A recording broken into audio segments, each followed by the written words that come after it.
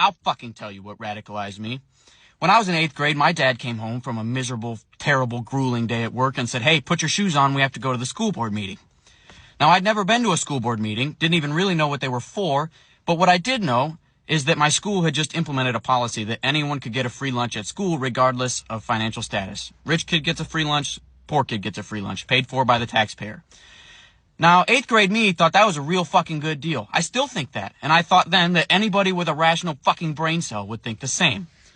But we got to that school board meeting, and I watched as the same people that I saw at Sunday church every Sunday stood up in front of the board and talked about how this was a terrible thing and that they were all shelling out for all these people that didn't need a free lunch.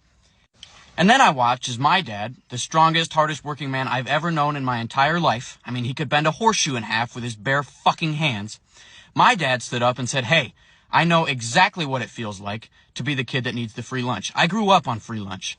And I also know exactly what it feels like to feel the stigma behind that in your classmates." He said, "If you have a problem with paying for these free lunches, you can bill me." And then he looked at the school board and said, "Thank you for your time," and we left. Now, 8th grade me thought, well, maybe it's just a problem in my slack-jawed yokel of a hometown. But the more I've grown up, the more I've seen that this is not just a problem in 2,000 people towns. It's a problem nationwide, and that the same people that are having these problems are the same people that are at church every fucking Sunday.